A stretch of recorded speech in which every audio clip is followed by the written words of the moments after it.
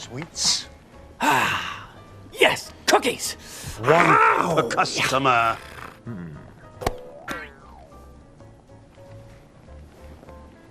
Toulou.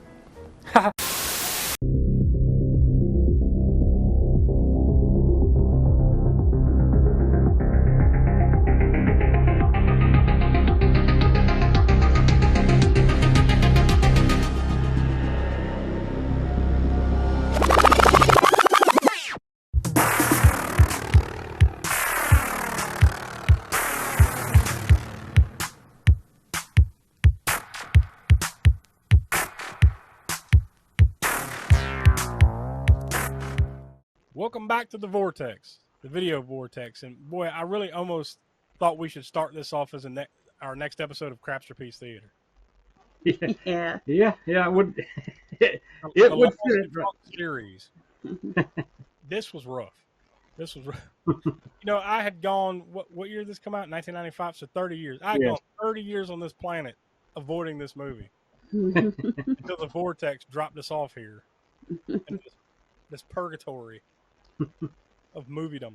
Yeah, I got a feeling the wheel. I don't know how many movies are on it. I mean, there's a shit ton of movies, of course, on the video Vortex. So I got a feeling they're gonna be dredging up all kinds of stuff that we best was left, back then and never watched that we'll end up having to watch at some point. Yeah, this is one of them. Yeah.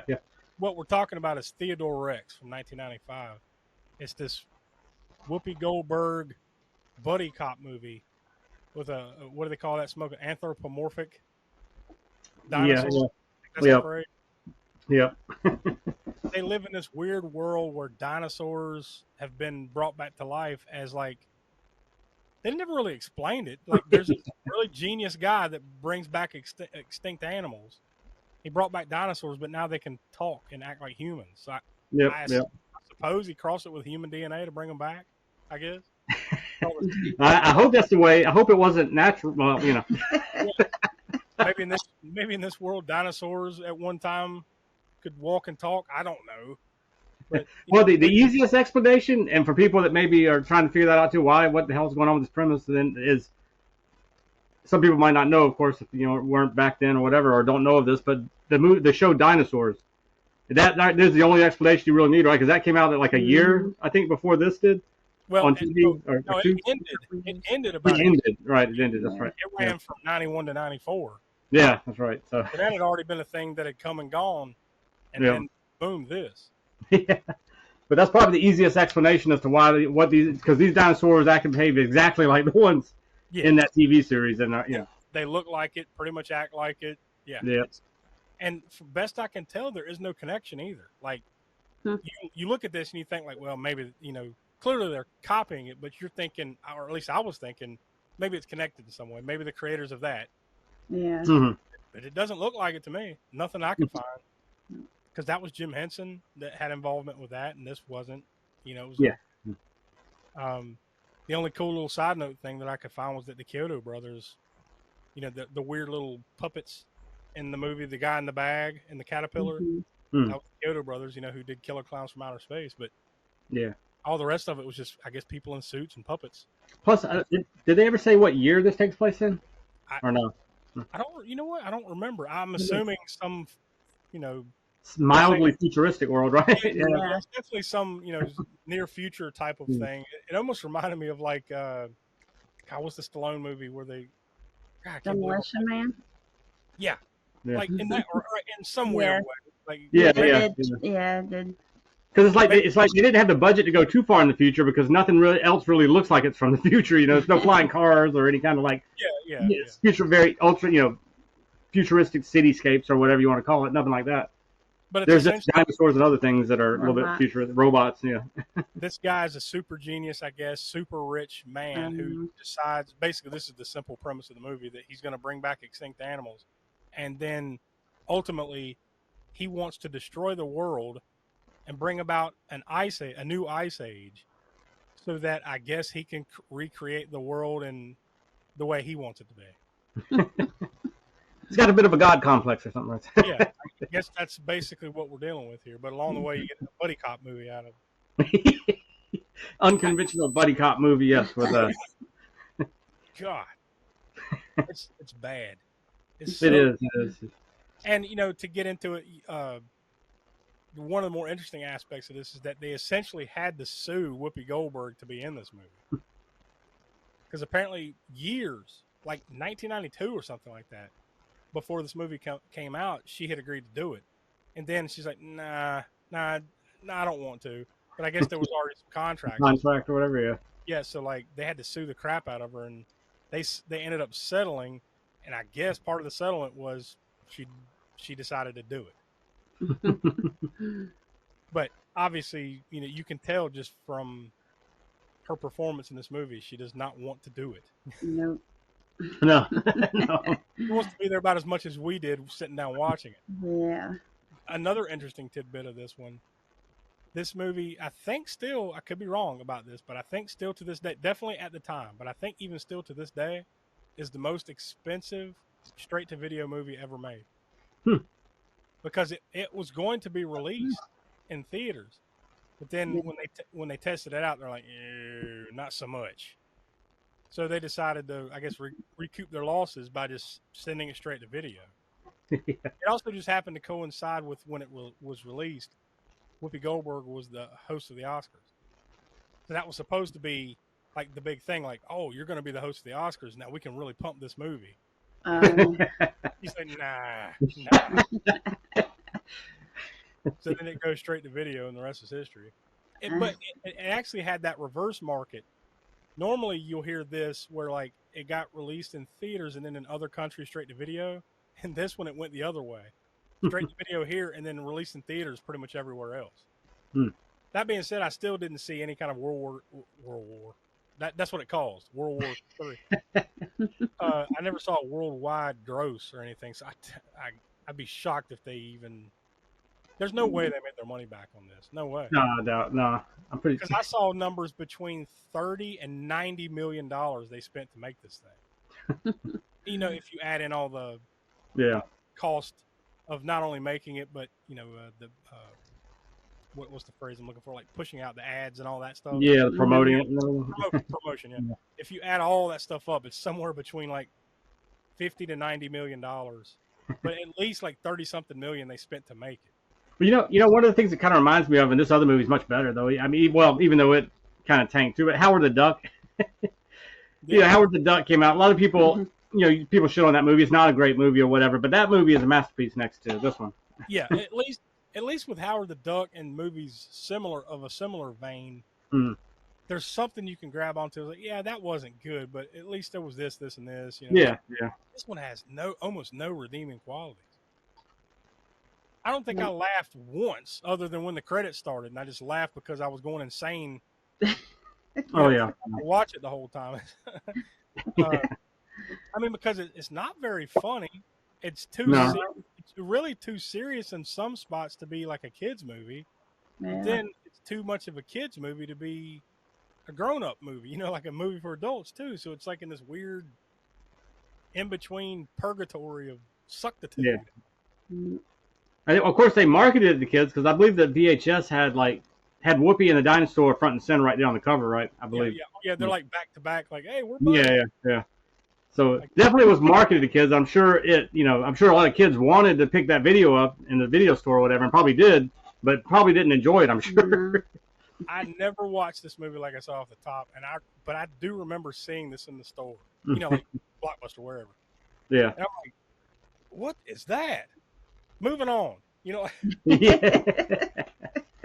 I might have picked it up once and looked at it. I'm like, nah. And then just, even because I think when this came out, I forgot like the specific date of when it came out, but in 95, 96, somewhere around there, I would have been 15, 16. So yeah, I'm already past the age of giving a crap about this. Yeah, there it is. It came out July 6, 1996 on video here in the United States. So it was July of 96 when you would have seen it at your video store. Come on, Smoke. Tell me you found a copy of this on VHS. Years later, and you now own it.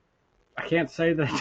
I can't say that I do on this one. That is weird. Like, we've talked about that before. You always see copies of Titanic or Jerry Maguire, these mass-produced movies, stuff like that. But I don't recall ever seeing this thing. No, I've never come across this movie in the wild. I mean, I don't hunt movies on eBay or anything anymore because it's too pricey. People try, put them out there for too much money or whatever. But so most of the time I'm out in either flea markets, Goodwills, and all that stuff, and I have never seen this movie there, which is weird. Yeah, I have seen it, and I've just ignored it subliminally. Like, no. Yeah.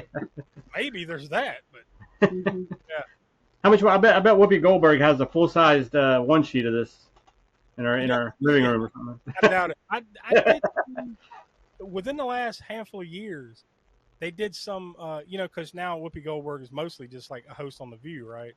So they asked her. There was some question, they're just randomly coming up with a topic or something, and they were talking about what are your biggest regrets or something like that in life, and she's like, "Yeah, this."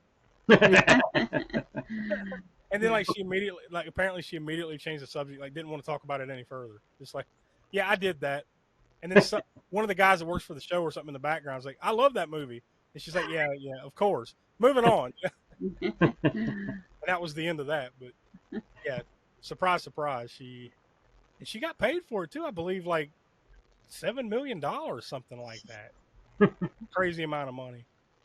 Obviously, her star was pretty big at the time, right? I mean, like, this is way after The Color Purple, Ghost, a few years after that. So she's still a pretty big star at this moment, right? Even what were those other movies that I don't remember exactly the Sister Act movies, however many of those there were. Yeah, you're right. Yeah, I think there's at least two of those. Yeah. Two of those. That was probably around this time, right? Or shortly before, or a little before.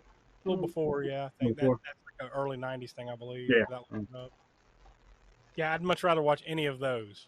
Yeah. Or Jumpin' Jack Flash. Remember that one? I'm gonna watch anything with Whoopi Goldberg. It's gonna be one of those, and not this piece of crap. I never want to see it again. Yeah.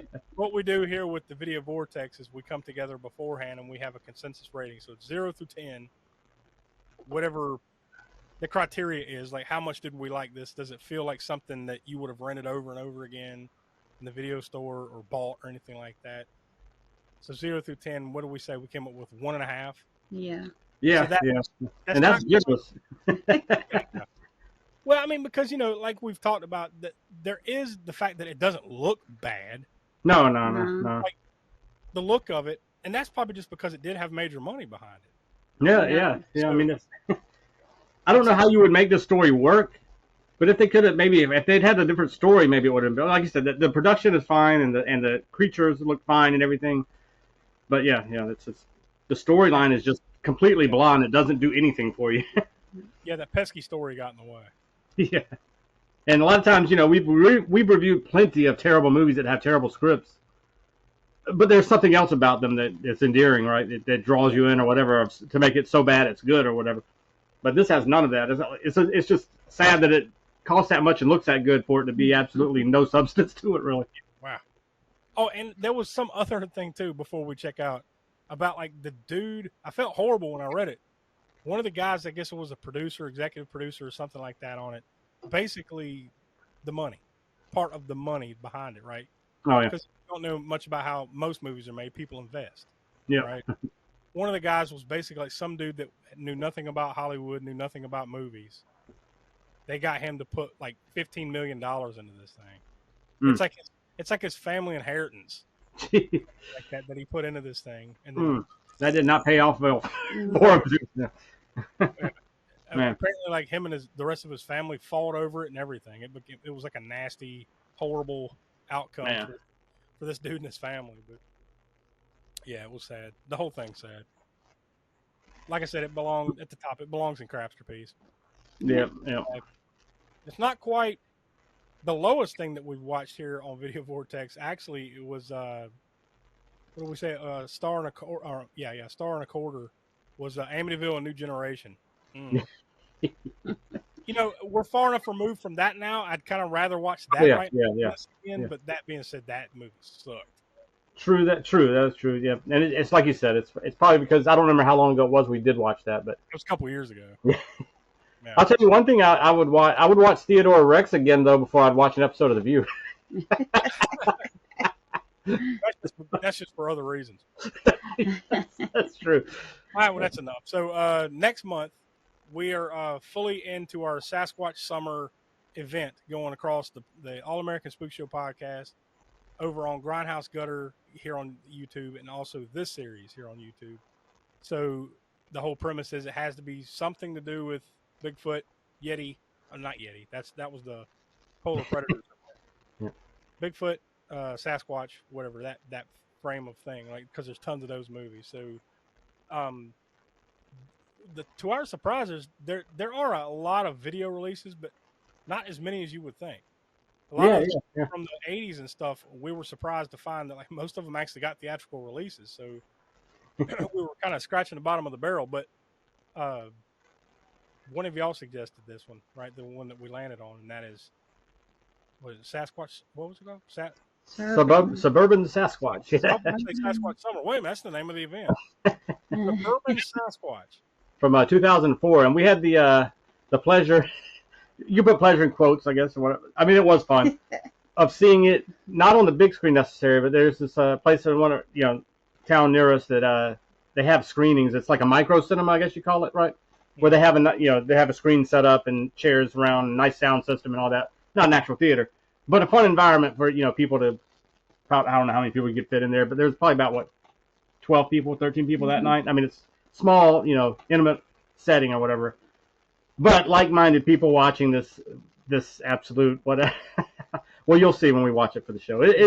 It's fun for what it is. I mean, it's very low budget, micro budget, suburban setting. Not so much, I guess. I don't know. It's still got, even though it's called Suburban Sasquatch, it's a lot of woodland stuff too.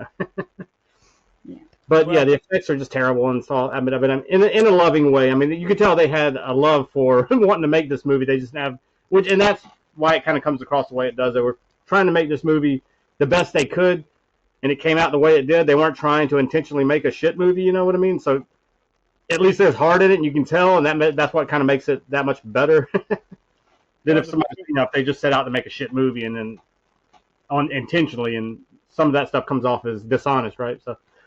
But yeah, the floors of the Video Vortex library are littered with people that had good intentions.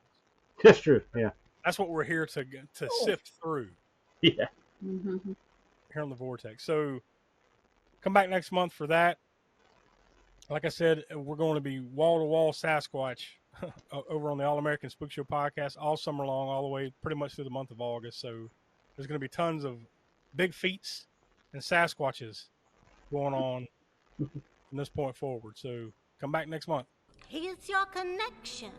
Take my fiction. You're mine. All right, you're coming with us. Not in this life, green boy.